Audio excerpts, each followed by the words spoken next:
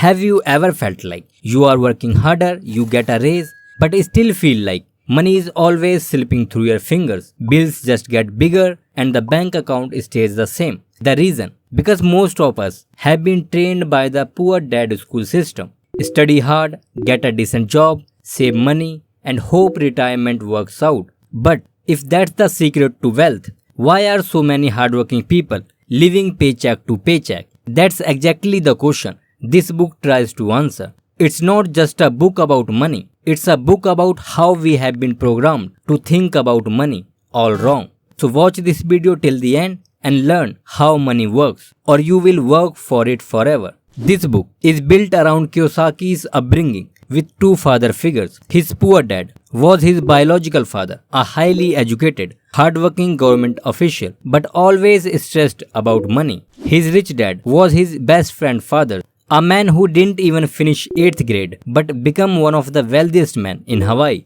Both of them worked hard, both were honest, but one died broke and the other left millions. So the difference wasn't luck or hard work, it was what they knew about money. So let's dive into book. Chapter 1. The rich don't work for money, money work for them. When Kiyosaki was 9 years old, rich dad offered him 10 cents an hour to work in his grocery store. After weeks of dusting, Kiyosaki got frustrated and asked for a raise. Rich dad smiled and said, "That's exactly the problem. You are letting fear of not having money and desire for shiny things control you. If you learn to face those emotions and think differently, you will never work for money again." In other words, most people trap themselves in a cycle. The moment we start earning, we upgrade our lifestyle. Branded phone, expensive shoes, vacation, a dream bike, and a dream car. It feels like progress, but without realizing it, we have made a quiet trade. Instead of money working for us, we start working for money. We earn, we spend, we feel the need for more, so we keep working non-stop. And when income rises, our lifestyle rises with it. And then we become dependent on that salary. We can't say no anymore because it becomes mandatory to work anywhere, do anything. Because MIs and debts are waiting. So now we don't control money. Money control us. And that's why people often accept low-paying or unfulfilling jobs just to stay afloat. So how can you fix this and make money work for you? First, master your two emotions, fear and desire. The fear of having no money pushes you to work hard. Then once you earn, desire takes over. Your mind fills with all the things money can buy. That's how the loop tightens. Fear drives you to earn and desire pushes you to spend. Break it by mastering both. Don't think about society. Think first for yourself. Second, pay yourself first. Means setting aside a portion of your income for yourself before you spend on anything else. Instead of income, expenses, savings, usually nothing left. You flip it. Income, savings, then expenses. In simple terms, you treat your savings like a non-negotiable bill, just like rent or an EMI. It helps you build wealth, reduces financial stress over time, and breaks the cycle of earning and spending everything. Third, don't blame others, take responsibility.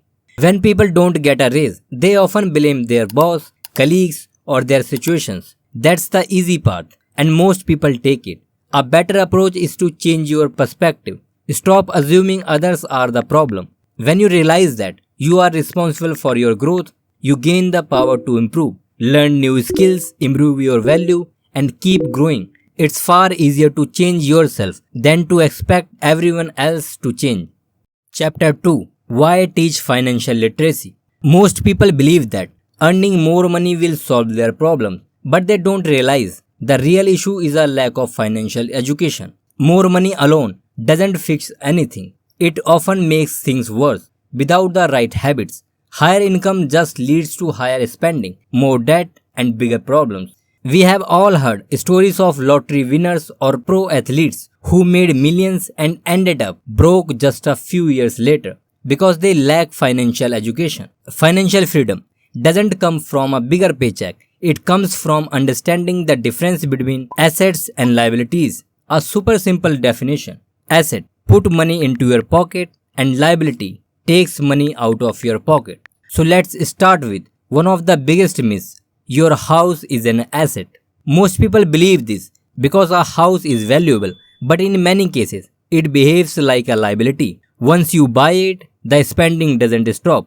Furniture, repairs, decoration, and other essentials. Then come the ongoing costs, EMIs, maintenance, property tax. Money keeps flowing out every month. A house truly becomes an asset only when it puts money into your pocket. For example, if you rent out it, then it generates income. The second and third most common goal, buying a dream car or a bike. Buying a 20 lakh car on loan feels rich, but it's a liability. EMI, fuel, insurance, road tax, depreciations. Buying a car and renting it out, that's an asset. It puts cash in your pocket every month. Same with iPhone. If you use it to earn, it's an asset. If it's just for reels and EMIs, it's a liability. When you buy liabilities, you end up working for others. The company through extra hours, the government through taxes, and the bank through interest and EMIs. Here Kiyosaki is not saying don't enjoy life. He is saying first secure your life by building assets. When the cash flow from your assets can cover your monthly expenses, then you can enjoy luxuries. And that's the key difference. The rich buy luxuries last while the poor and middle class buy them first. Second, how you handle money. Start with awareness. Track every rupee you spend for 1 month. You will be surprised how much slips away on small unnecessary expenses. At the same time, build your financial foundation. Learn about emergency fund, health insurance, life insurance, fixed return assets, variable return assets, gold, real estate, and how many types of assets are there. Last but not least, fill your emptiness. When you buy a house, car, expensive phone, or any luxury on loan, the excitement fades fast. Instead of trying to fill that gap with things, focus on yourself because chasing show-off often comes from feeling empty inside. Work on your health, strengthen your mind through good content, and build real connections with people who care about. When you feel fulfilled from within, you won't feel the need to prove your worth through what you own. Takeaway: the more you limit liabilities and control expenses, the more money you can put into assets, bringing you closer to financial freedom. Chapter 3: Mind your own business. It's not about interfering in other people's lives, and it's definitely not about quitting your job and starting a company tomorrow. It means stop treating your job as your only source of income. Kiyosaki explains there is a big difference between your profession and your business. You might be a teacher, engineer, or shop employee from 9 to 5. That's your profession. Your business could be a small plot you rent out, a digital product you sell, stocks, or a weekend tuition patch. Your profession pays the bills. Your business buys you financial freedom. For example, most people think of McDonald's as just a burger company, but behind the scenes, McDonald's operate very differently. It's actually one of the largest commercial real estate players in the world. The same book encourages you to keep your day job, but while you work, use your spare time to build assets on the side. Instead of only asking, how do I get a promotion? Start asking, what can I build? Kiyosaki started with real estate and a small business. But in 2026, your business could look different. Investments, small business, freelancing, online tutoring, prompts engineering. Even if you are a student, your business can be skills you develop, knowledge you build, freelancing, learning how to invest. Start wherever you are, but start minding your own business. Because financial struggle often comes from spending your whole life working only for someone else. So from today, start minding your own business. Not by quitting your job, but by building something that pays you even when you are not working. Chapter 4: The History of Taxes and the Power of Corporation.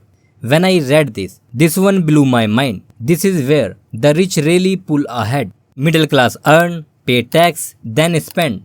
Rich people earn, spend, then pay tax. It's like eating your favorite dish first and only sharing what's left. Now you might be wondering, why does the government allow this? The reality is, most of these opportunities are available to everyone, but it's the rich who find them because they are minding their own business. They don't just earn, they structure their income smartly. taking advantage of legal rules and incentives. Others simply earn and spend without ever exploring how the system can work for them. And the secret is corporation. Because when you have a job, you pay income tax, which is levied on your income. But with a company, you pay corporate tax, which is levied on only on the profit, what's left after expenses. Amazing, right? Now this doesn't mean you should rush to start a company tomorrow, but it does mean you should understand how the system works, because knowing the rules of tax and law isn't optional if you want to build real wealth. The government itself offers ways to save tax through Section 80 of the Income Tax Act 1961. If I go into full detail, this video would get too long, so after watching this video, take the time to learn the tax system in depth if you truly want financial freedom. Chapter 5. The rich invent money. This doesn't mean printing fake money. It means rich create value or opportunities where others see nothing. Kiyosaki explains that people generally fall into two mindsets, a poor mindset and a rich mindset. Those with a poor mindset tend to give up when they face even a single challenge. In contrast, those with a rich mindset keep moving forward even when the odds are against them. And that's what ultimately leads them to win. Like during times of crisis, most people panic and focus on problems, but the rich look for undervalued opportunities hidden in the same situation. Where others see a closed door, they look for a window or build one themselves. For example, water was always free or cheap, but Ramesh Chauhan sir turned it into wealth. They didn't invent water, they invented a new way to sell it. Same, Airbnb, renting space they already have. People had spare rooms for years. Airbnb turned that into income. Another example is Uber. Car existed, GPS existed, and mobile existed. Only someone mix and invent money. There are millions of ways to create wealth. Still so many people is struggling today because they cling to old ideas. They want things to be the same, the way they were. And the major reason behind most limitations which holding people back isn't lack of money, it's a lack of financial intelligence. Because opportunity aren't seen with the eyes, they are recognized with the mind. Mind is your biggest asset. When it is trained well, it can build enormous wealth, and an untrained mind can also create extreme poverty that can crush up family for generations. And here are a few practical tips, because training your mind to invent money isn't magic, it's a set of habits. First, train yourself to spot problems, not just ideas. Money usually comes from solving everyday common problems. Start noticing those small annoyances people deal with all the time but ignore. Then ask one simple question. How can this be made easier, cheaper, faster, or more trusted? That's where real opportunities live. Number 2. Study simple business models. Number 3. Start small. Don't wait for a big idea. Big ideas are overrated. Start with tiny experiments. Number 4. Learn basic skills. Selling, marketing, accounting, investing, law. Without this, even good ideas fail. Learn through reading, courses, talking to people who are already doing it. The takeaway. The literate of the 21st century will not be those who cannot read and write, but those who cannot learn, unlearn, and relearn. Because skills are new wealth. 10 years ago, a degree was enough, but now game has changed. Chapter 6. Work to learn, not just to earn. Kiyosaki suggests that in your youth, you shouldn't look for the job that pays the most. You should look for the job that teaches you the most. If you are always switching jobs just for a 10 or 15% hike, you are treating your work like a vending machine. Press button, get money. But if you choose roles that teach you real skills like communication, sales, marketing, leadership, financial thinking, business, even if the pay less, but skills are priceless because you are investing in your most valuable asset, your mind. So don't stay in a job because of the salary or benefits if it is not teaching you anything new. A high paying job with no learning, risky in long term, because money can come and go, but skills are like tools. You can use them again and again. Why does this matter? Because the world is full of talented people still struggle financially, not because of what they know, but because of what they don't know. Many are just one skill away from a breakthrough. If they learn and master high value skills, their income can rise exponentially. For example, if someone is a great cook but know nothing about business, communication, sales, and marketing. He will just be a great cook. But if he takes a year to learn all of these things, even if the pay is lower, then combining his talent with skills, he can own a chain of restaurants. Takeaway: don't just specialize in a narrow role. Learn the skills that actually increase your earning power. Keep evolving, keep learning, because the rich don't stop learning, and that's exactly why they stay ahead. If you follow preceding principles, it may take a little time, but you will become truly rich, not just in words or in the eyes of others, but in reality.